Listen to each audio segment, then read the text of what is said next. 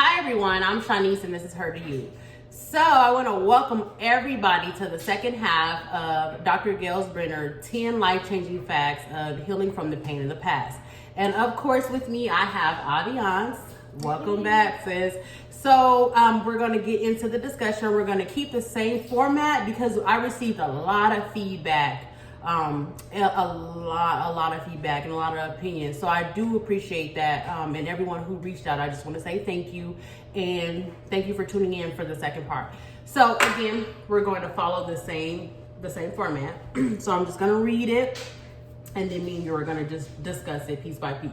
Okay? And I do think it is important that everyone knows that we are both doing self-healing journeys. Of course. So that's why we are engaging in this together. Thank you, sis. You're welcome. So speaking of that, and let me just give you the floor real quick, and then I'll let you give your information at the end. So yes, we are on a self-healing journey, like Aviance said, and that is one reason why I really want her to come on. Because I know we're on this journey together and there's a lot of things that we learn from each other. And we also reach out to each other. We are accountability partners. So I just want you to kind of, because obviously, this is my platform. Mm-hmm. So on this platform, I have discussed where my journey is from. So I want you to introduce yourself formally and then let them know what your journey is. Okay, well, I'm Aviance. Me and Shanice have been friends for over probably 10 years now. Mm-hmm. And no longer. Yeah, I think it's longer. Before we go. Yeah.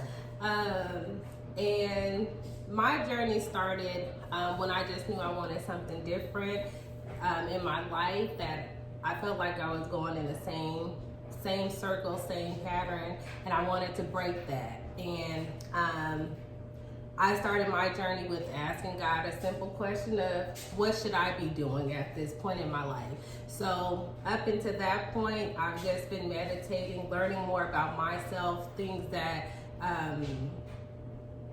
were holding me back, hindering me back, and letting go of those strongholds. And so I thought it was amazing that you started reading this article about healing, because I think changing the mindset and also healing at the same time brings you a lot more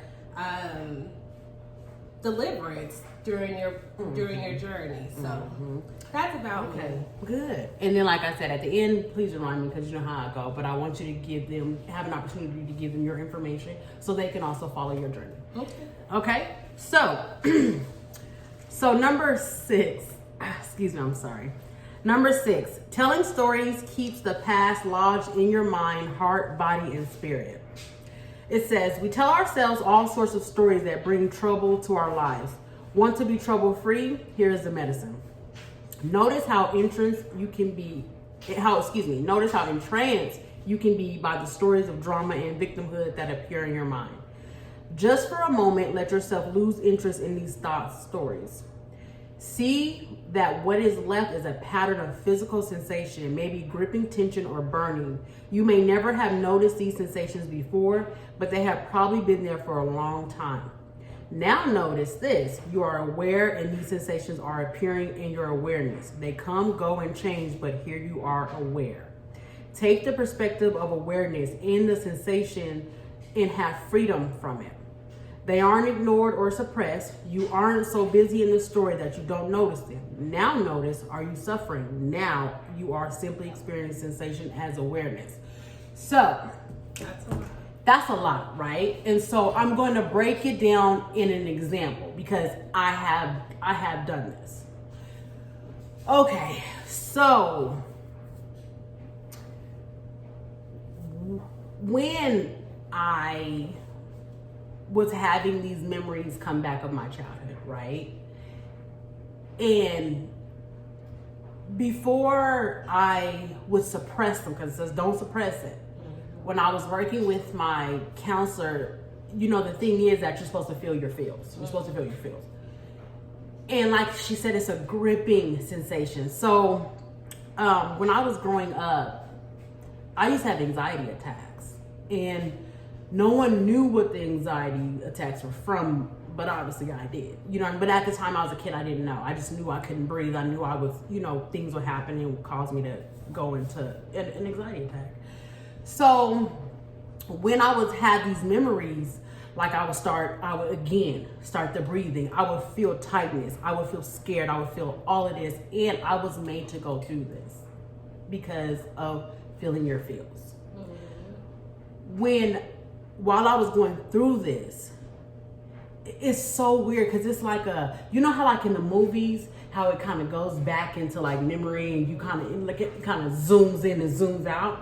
I knew exactly what memory I was going into. I knew exactly where I was going. And I had to tell myself, in like with going through that, I'm like, Shanice, it's okay. You're not there anymore. You don't have to have this gripping feeling. You don't have to be trapped in fear because you are not there anymore. You know what I'm saying? So when she says telling the story, so I'm telling myself the story and I'm allowing it to play how it played when I was younger, because I'm not going through the process of healing from it. I'm just scared of it, so I'm closing it, I'm shutting it down. So that's where I left it. That's where you leave it. You still leave it there. So that's why it continues to haunt you, because you just leave it there. That's like going into a haunted house and you like, I can't go all the way. I could go back then. But at the end of the haunted house, it's a surprise birthday party or something. Like, so you don't know. You have to go through the full story. You have to go through the full, and you have to realize, you have to understand what it's making you feel, and then you have to heal from that. I agree. I think for me, my biggest thing since I was a kid was migraines. And I think that the migraines were coming about mostly because I was used to holding things in, you know, so it would show up as pain for me. When if I'm holding on to something too long, I get nauseous. It swells up my shoulders. It makes my head hurt.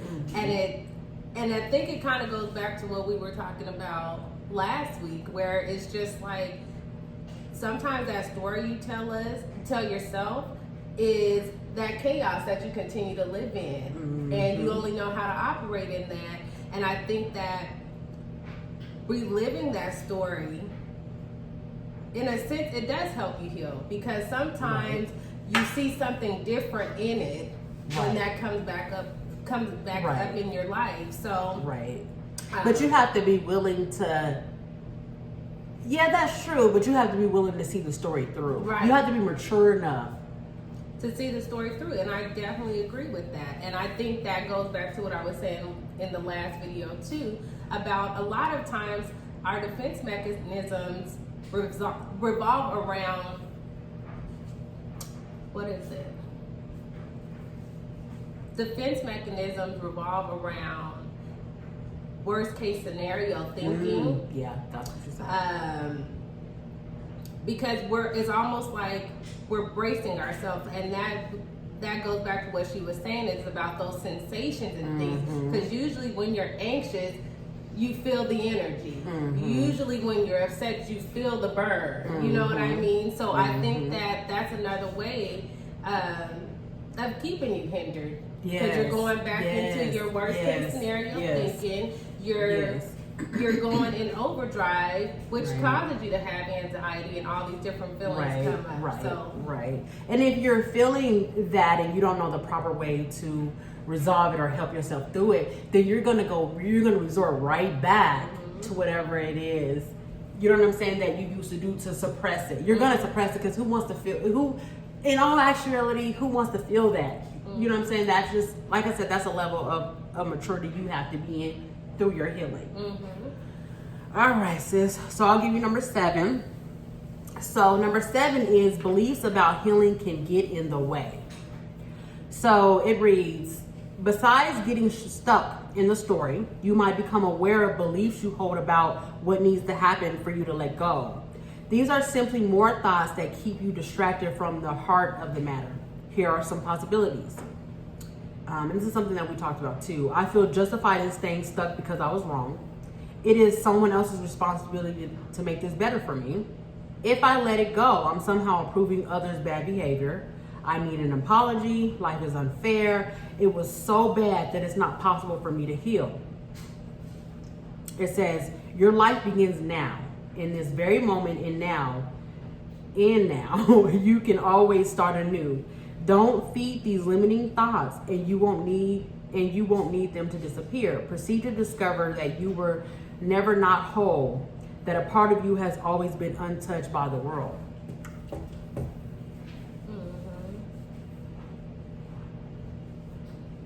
Well, my personal thought about it is,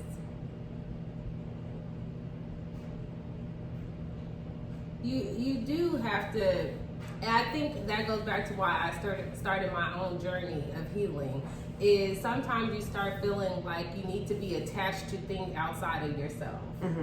And the reality check for me, like I was saying before, is, okay, why do I keep going through the same thing? It's different places, different things, but I feel like it's the same thing. And I had to ask God, what is it in me that needs to change? What is it in me that needs to heal? What is it in me? Show me, because anything that you need is not outside of yourself, it's inside of yourself. Right. So I think that's a good thought of first saying, what is it that I need to do first in your healing process?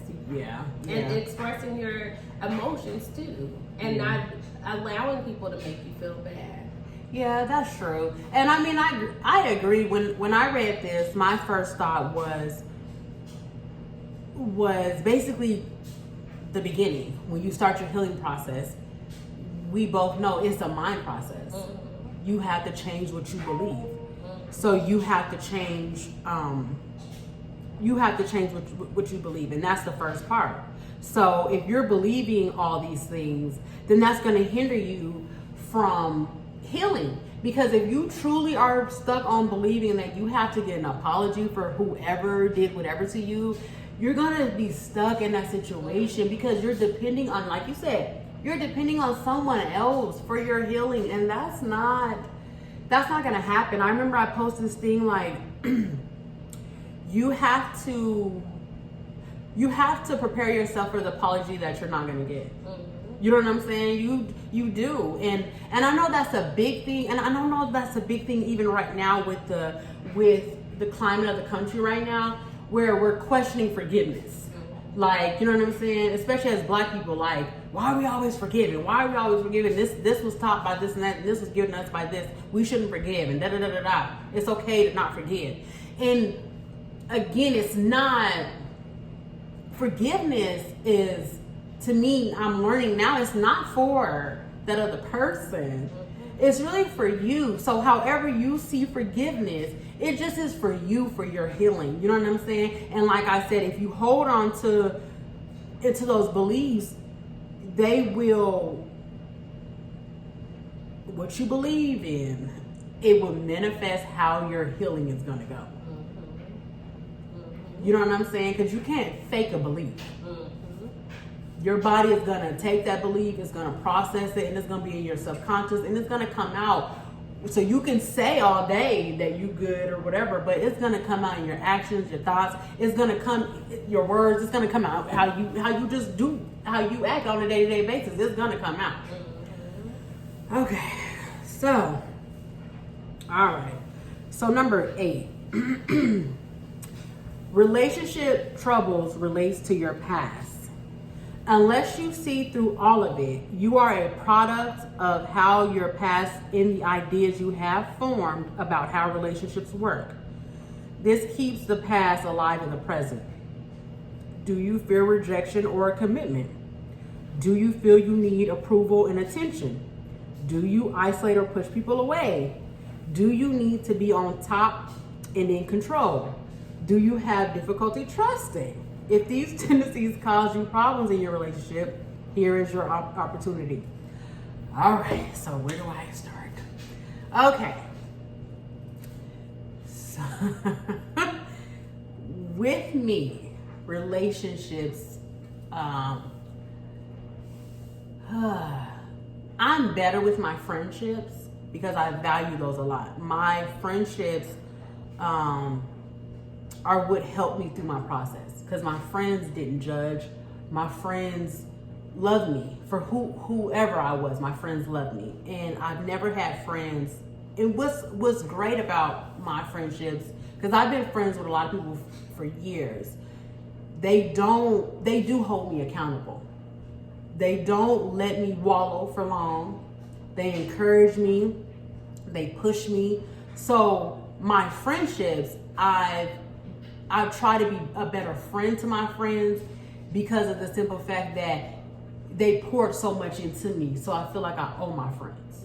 You know what I mean? So to me, I feel like I'm a better friend. Now, as far as my relationships with the opposite sex, I don't have a good relationship because in my head, because people who told me that they loved me and cared about me since I was young have always disappointed me. So I expect disappointment.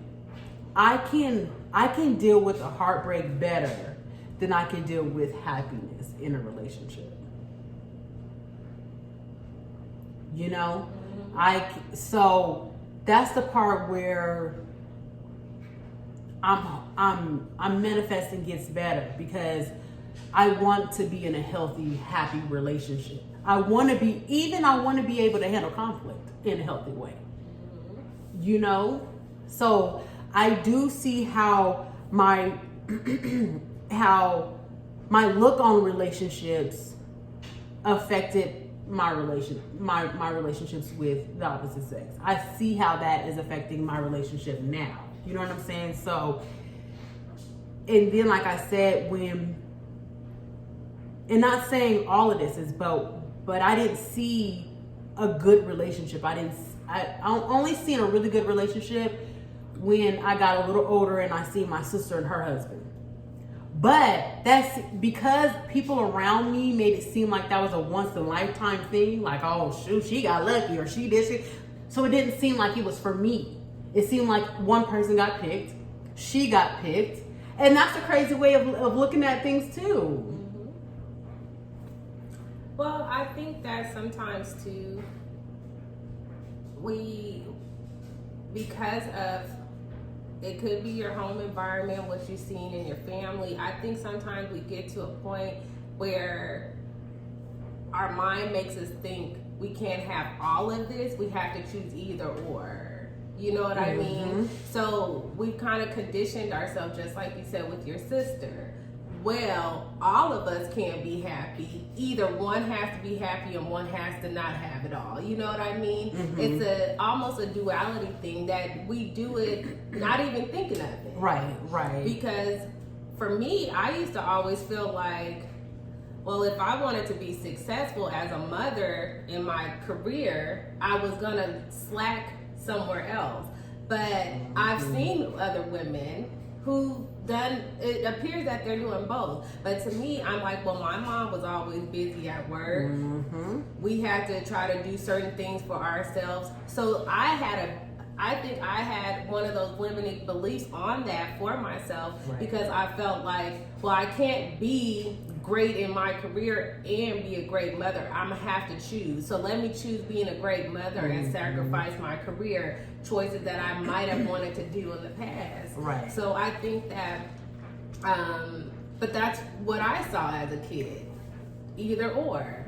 So I do think that relationships are affected by just what you see. And I think that's why it's so important to get out and explore, because if you don't, you're stuck in that box of what you grew up around and what your family is like. So that is true, and I think that definitely we're gonna have to hold on to that. Like, we should revisit that, because I super want to revisit that as an either or situation, especially with single motherhood, since we're single mothers and we majority of our friends were single mothers, and I think they do also struggle with that. You know what I'm saying? Of trying to have their career, go after what they want, and still, you know what I'm saying, be able to provide and be there for their children. So yeah, so we're definitely, good job. We're definitely we're definitely gonna come back. That's a good topic. We're gonna, maybe that should be like the next week thing. Maybe I should discuss that.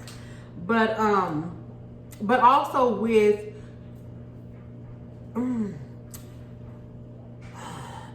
I think, okay, I'll say this too with relationships and how it affected. Because I didn't have, okay, I'll start with this. Because me and my grandmother had such a good relationship, my grandmother and grandpa, I have such a fond for grandparents. And I treat them with the utmost respect. I do. I treat them great, like all the way around. I love me an elderly person, right? But in contrast, because I didn't have a good relationship with my mother,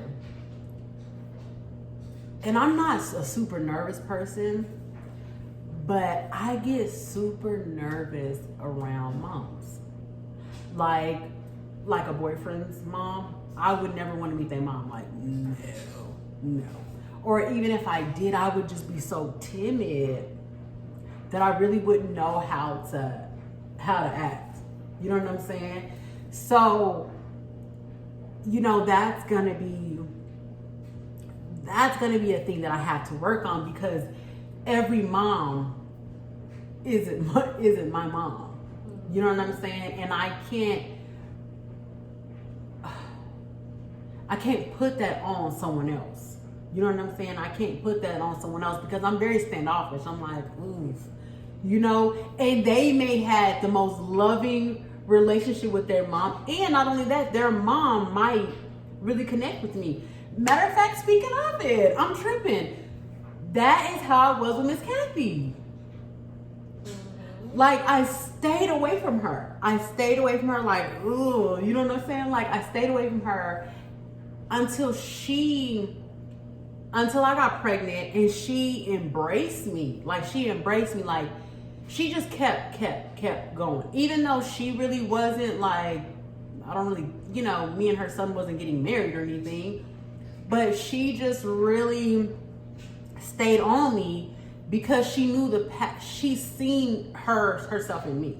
And that's what she said. Like, I want to make sure that you not falling off. Like, I need you to, me, you know, you and my son are not together, but y'all have this child. So, and I see this from him. So I want to make sure that you are straight. And that's what she did. But it took a little bit, because I was like, ooh, you know, and then I turned it into doing it for my daughter, because I wanted her to have that same granddaughter and grandma relationship that I had with my grandma.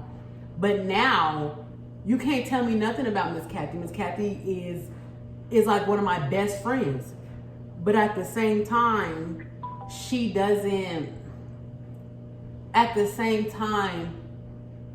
what's crazy is I still see her more as a friend than I see her as a mother figure. Mm-hmm. Well, I think that's also a part of your healing, is getting to the root of why.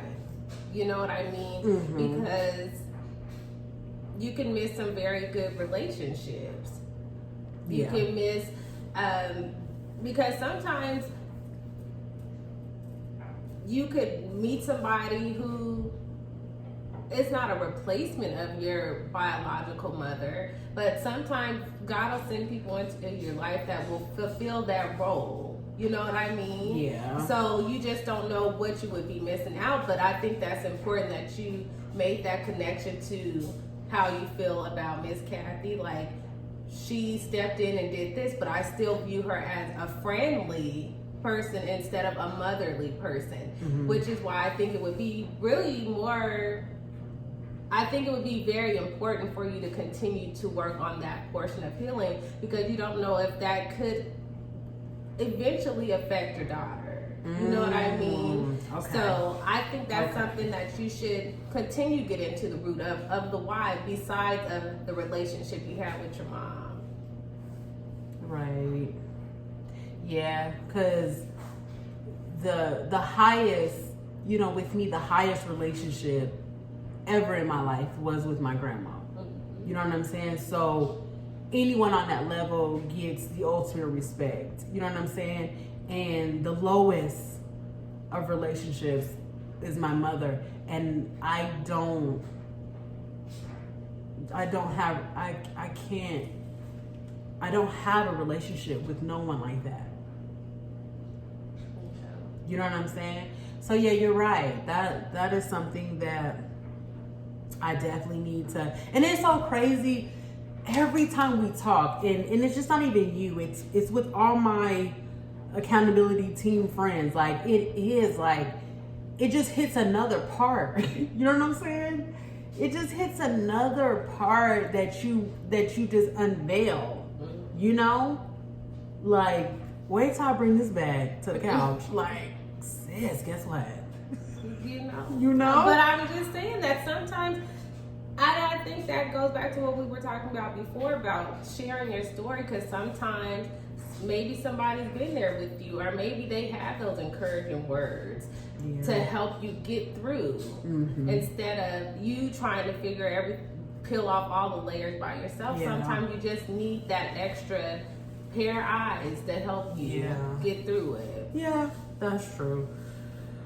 Well, that was actually that was deep for me. I ain't gonna lie. That got me in my little feels. that does. Like I'm a little taken back by that, because I just just connecting that and realizing, because I'm like, dang, at the end of the day, Miss Kathy has been a blessing to me, and I don't want to disrespect her by diminishing who she really is. You know what I'm saying? Or the role that she's absolutely played. You know what I'm saying? In my life. So yeah. Okay. All right. Well, let's get on to the next one. So number 9 is the middle path is the intelligent path. So dwelling on what happened and leaking your feelings all over the place will keep you suffering, hiding, indulging, or stuffing your feelings doesn't work in the long term. Instead, bring intelligence and clarity to your direct experience. Cultivate a fire for peace and ease that serves you well. You can go ahead and start first. Okay, so I was reading this today, and I was like, But it made sense to me when I really started thinking about it, because we talked about this last time, that once you start educating yourself about healing and ways of healing and how it helps you, because when you're because the trick of the enemy, and I'm gonna say it, is to keep you in those emotions, is to keep you inside of yourself. So when you're going through what you're going through, you're trapped in yourself. That's what I'm saying. Stuffing in it's not helping you. It's not helping you, because you can only come up to your own conclusion of what you should do, and what you're gonna do. You're not gonna do anything until you're fed up, like the other one. Until you're fed up with how like you said, live in the same year, doing the same thing over and over and over, not getting anything from it, right? So once you step outside of yourself and seek professional help, we can even include that in there, and have someone who is not saying educated, but you know what I'm saying, who has gone through the process, who has seen other people go through the process, because even just people that have gone through it, who can say, okay, this is what helped me or worked for me. To me, that's my comprehension on the intelligent path. And I think with the intelligent path, that portion of it, I think that the most important thing is you have to be ready to hear it. You have to be ready to accept it. Yes, because there's things that I probably read years and years and years ago that I revisit and I'm like, oh, you know what I mean? And I'm like, well, I read that book 5 years ago, or I read this or talked to this person but I wasn't at a place to receive the information. I wasn't at a place to be open. So I do think that that intellectual part comes along with your mind being fully open to receive the newness that is going to come into your life. Because once you open that door, newness, there's nothing but newness coming in, pushing out that old stuff. But you have to be ready at a point in your life to receive it. Right. That's just how I feel. Right. And I think that's why, like, the first 5 was stuck on, like I said, the memories, and you understanding what this is doing to you. And then once you get fed up, because that's the biggest thing is you have to get fed up. You have to get tired. You got to get beat down to be like, okay, because it's a change. It's a lifestyle change. You're changing your whole life. You're changing your thought process. And that's hard to do. So you have to be pretty much at your wit's end to say, okay, this is it. You know what I'm saying? I'm going to heal from this. I'm going to move on from this, and I'm going to do better. In whatever that is. You know what I mean? So, and then once you seek, you know what I'm saying? Then to me, that to me is what this speaks on. You know what I'm saying? Is going out and seeking that professional help, or just even talking to someone about it. You know what I'm saying? And getting that, because like I said, we all learn from each other. And I know during this process, I've learned from everybody around me. Everybody around me, I've learned just speaking on what I may experience, the feedback that I've received, like, oh, for real? Okay, I didn't think about it like that, or I didn't perceive it this way. You know what I'm saying? Because a lot of us, especially me, I'm a tunnel vision person, and it's hard for me to deviate off of that until someone comes and makes it make sense for me. You know what I'm saying? All right, so we are at the last one. Okay. We zooming, sis. So number 10. Is finding out who you are is the ultimate freedom. If you define yourself by, hold on. Oh yeah, if you define yourself by your past, you will be living as a fraction of what is possible for you.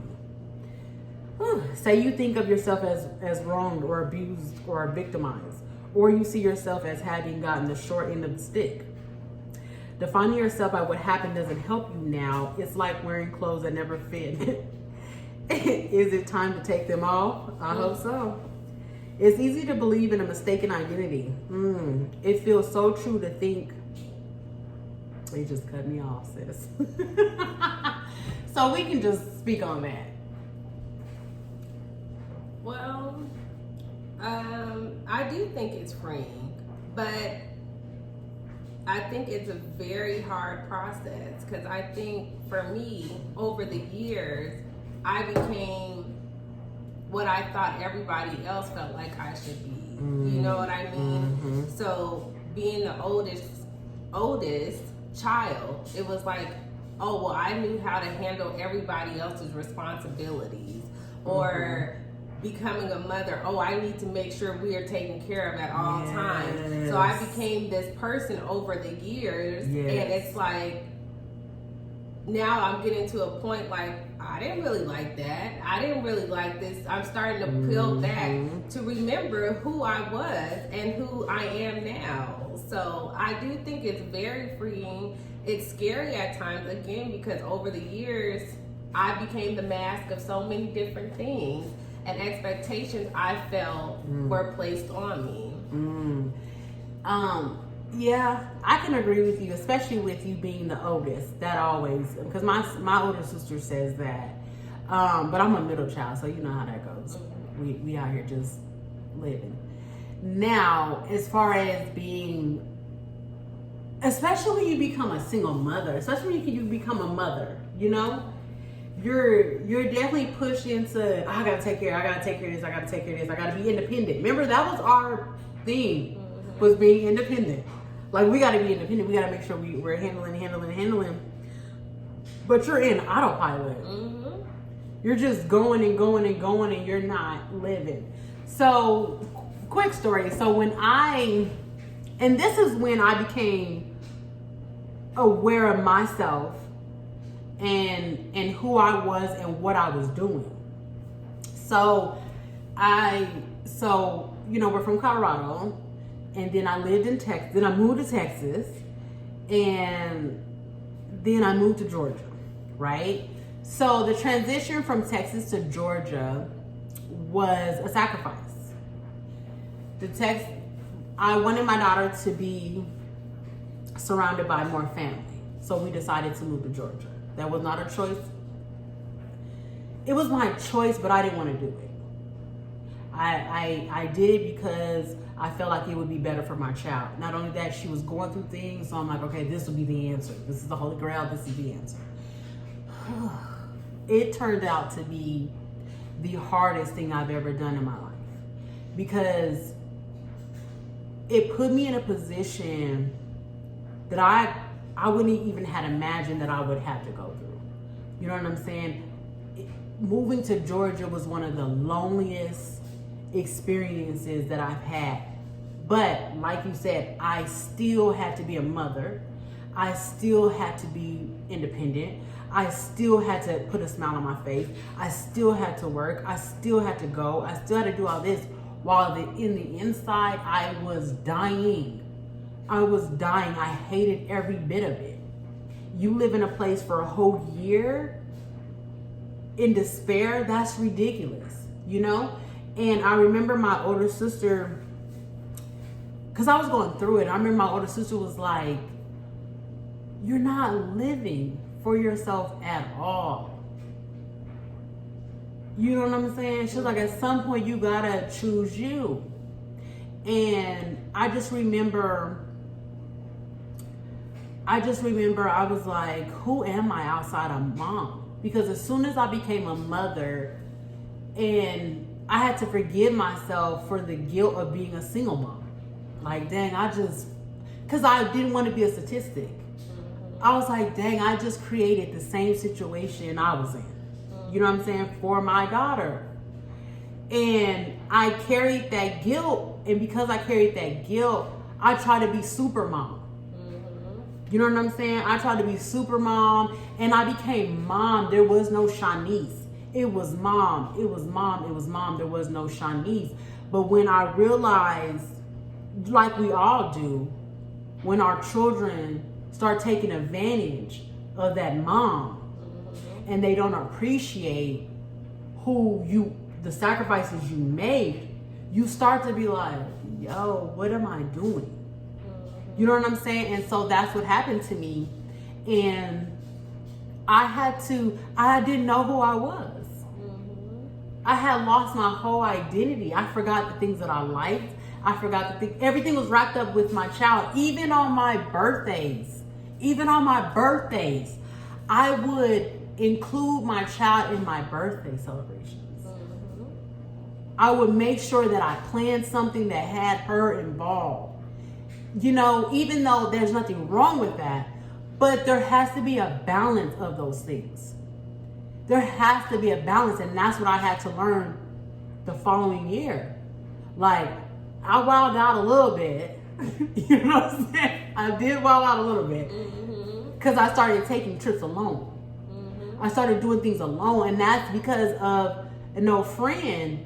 Really, it was really a friend. And she was like, nah, we got to get you up out of this. And she started introducing me to places. I owe her so much for that, because she is the one who got me up out of that shell and started to find out who Shanice was. And once I went through that, even my daughter was like, oh, you out here living your life. And I was like, oh, I am. But what I told my dad when we made that video, I told my dad, I said, I didn't even know that I was manifesting when I was manifesting. Because I kept saying to myself on a daily basis, I said, you're going to choose you. You're going to learn who you are. Mm-hmm. And that's what I did throughout that next year. Yeah. And that's why I said it takes peeling back those layers of the mask of things that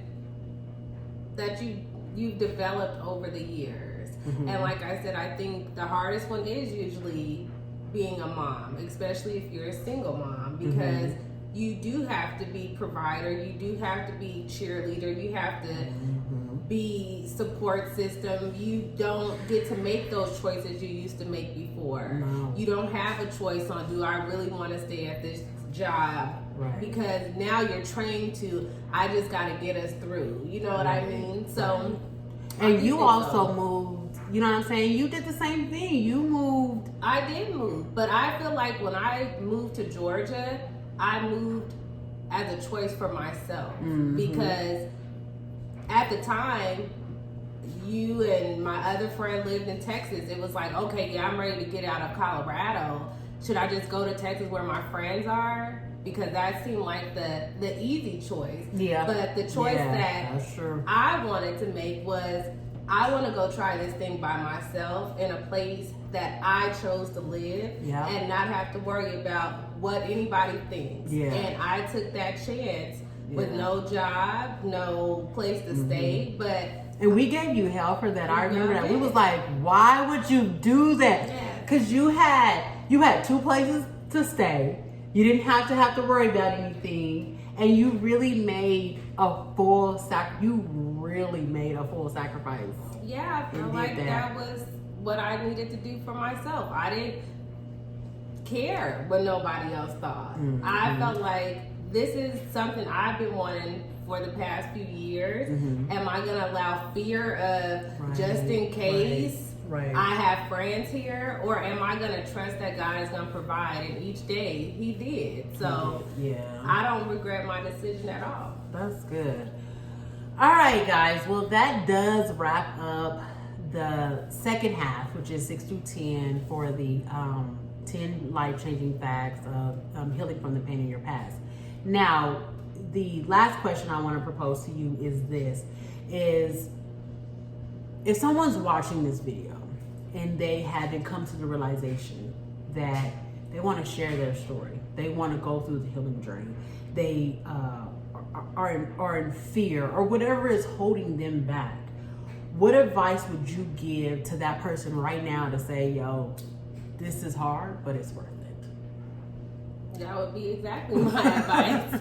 It's hard, but it's worth it. I think that make it a choice for yourself. Make it a choice for yourself. If you feel like you're at a place that you're ready to change, I think the first thing is get into a place of quiet, not worrying about what other people might think about what you're doing. Just make the decision for yourself that this is a journey I'm ready to start. And if therapy is the starting point, let it be therapy. If journaling is the starting point, or maybe just calling somebody to talk to them and vent to them. If that's the point, that would be a starting point. Yeah. So, for me and my advice, I would say, because if anyone is like me, you're hard on yourself eternally, mentally. You're hard on yourself. So if it's your lunch is done. If you're like me, you have to forgive yourself. You have to say it's okay. Also, you have to understand, just like they tell you with when you change, like, not when you're on a diet, but when you want to eat better or whatever, and they just say it's a lifestyle change. And it's going to take daily work. Every day you wake up, it's going to take that day. You know what I'm saying? There are bad days. There are bad days. There are bad days. There are good days. There are good days, and they be so good that you think your life has changed. You're like, oh, we good. We good. And then the next day, it be some other stuff. But understand that it's a process. You know what I'm saying? And we're going through the process. I'm going through the process. So again, my first advice would be to understand that you can't be hard on yourself, and you have to forgive yourself first and foremost. Understand, again, like you said, it's gonna be hard, but this is worth it. And I don't even feel like I'm even all the way out yet. But this part of it is worth it. 3, get yourself a team.